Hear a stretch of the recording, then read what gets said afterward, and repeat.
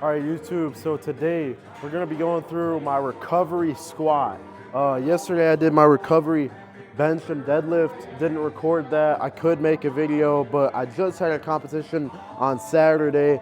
Typically the way my recovery works is I'll compete, take a day off, one day off, like I had to too because the meet was still going on, and then I'm back into it super fast, right? Because I find it pretty important that you get your blood flowing, you get everything going before it's too late, right? And my hips super tight right now, so today we're gonna be doing high bar squats. I'm gonna walk you guys through everything that I do for today.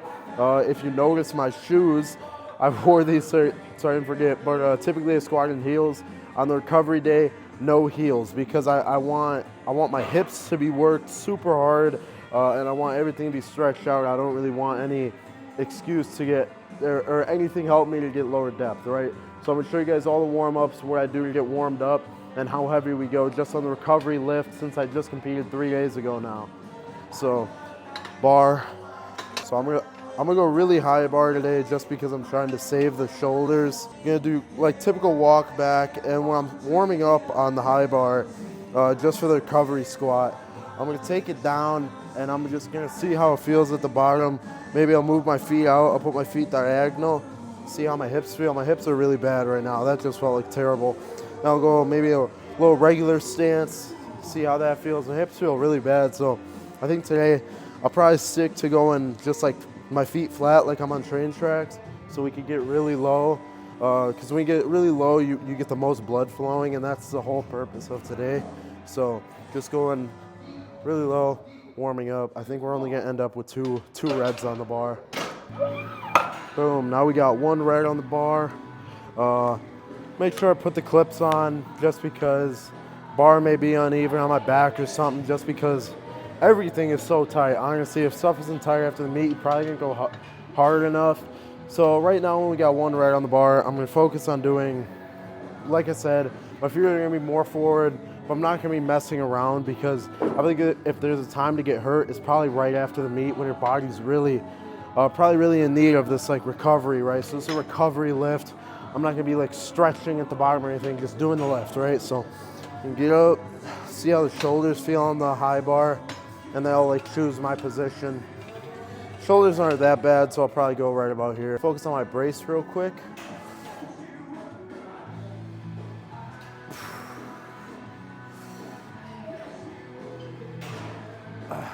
There we go. Probably do about a couple more. Trying to get really low here because we're trying to get all the blood flowing. Man, my hip is killing me. But up next, I think we're just gonna put a yellow on, which is 221, and that'll be the heaviest I go today. Boom, we got the yellow on there. Now, quick tip, if your high bar hurts your neck, your traps area, quick tip that I always use, wear the hoodie, use the hoodie as a little protective padding. High bar sucks to me, I hate doing it, but just on like some meat recovery stuff, I find it's the best way. So we just got 221, this is really light, but I still know it's gonna feel like crap. So what I'm looking for on the regular squat is I'm just looking for a 2x8, but to go really deep so we get the blood flowing back. So same thing, we're just gonna see how my shoulders feel. Right about there feels good. I'm gonna brace before I pick. Feels like crap right now. We're gonna crank out 8 reps, let's get it.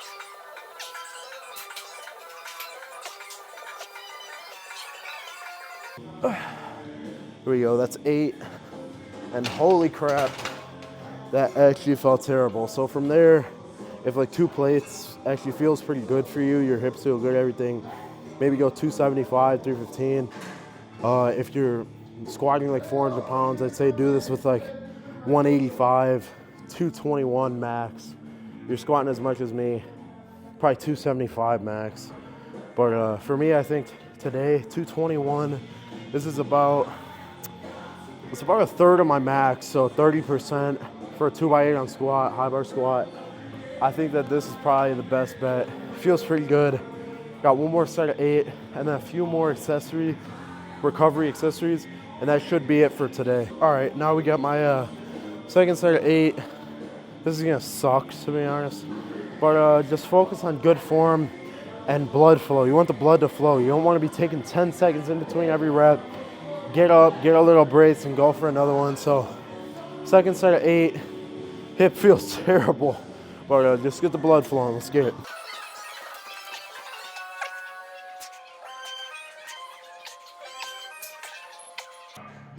Yep, there's 8. Here we go. That was easy. That one felt so much better. That was much better than the last set. The blood feels flowing now, and that's perfect. That's what we want. 16 reps total. I think that's it for the regular bar squat. We'll go outside and do a few things. I'll take you guys with me, so let's do it. All right, so you guys get to join me with a beautiful sunset.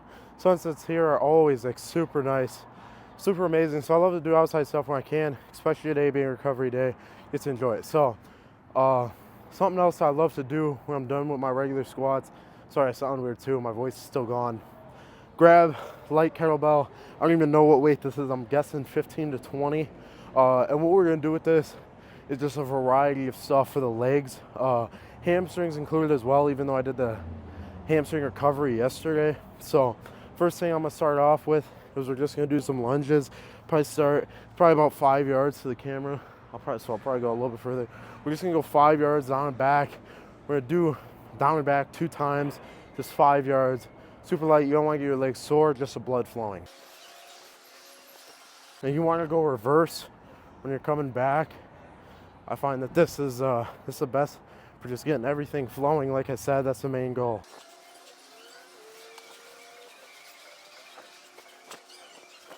Alrighty, now that I'm done with that, I was focusing on squeezing my glutes, having some issues with my piriformis muscle and my left glute, super small muscle. Focusing on squeezing it, activating it, stuff like that. Exactly what this type of stuff is just meant for. Now, once I'm done with that, kind of keep your heart rate up a little bit, right? You don't want to. So I'm a little bit tired just from the body weight lunges or lightweight lunges, but when you still have a little bit of a pump going, you want to get right into it. Now I'm gonna do 2x10 squat jumps, but when I'm squat jumping, what's different from the high bar, I'm not gonna be hitting depth. I'm gonna be going just right here. I'm just gonna jump. And the reason I do this is just for your quad pretty much. It's just a quick jump like this. So 2x10 of those, and then I'll be back. All right, now that I definitely feel my quads, I feel my glutes activate a little bit just from the walks. What I'm gonna do now with this is I'm just gonna be doing a 2x5 each leg of a single leg RDLs. Doesn't matter which way you have the weight in, which hand you have the weight in, but as long as you do 2x5 each leg, you'll be good.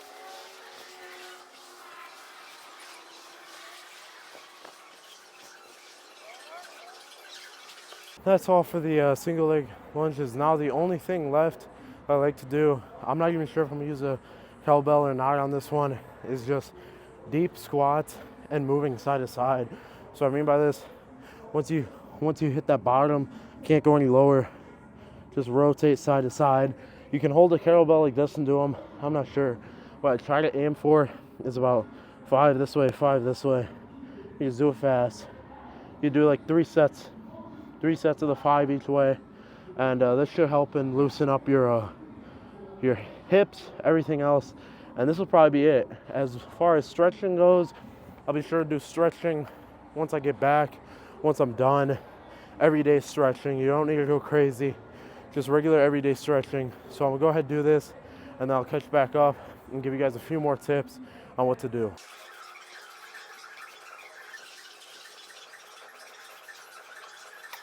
All right, so like I said, that's it. That's all I'm gonna do. The stretches to prioritize are probably your hamstrings as well as your hips.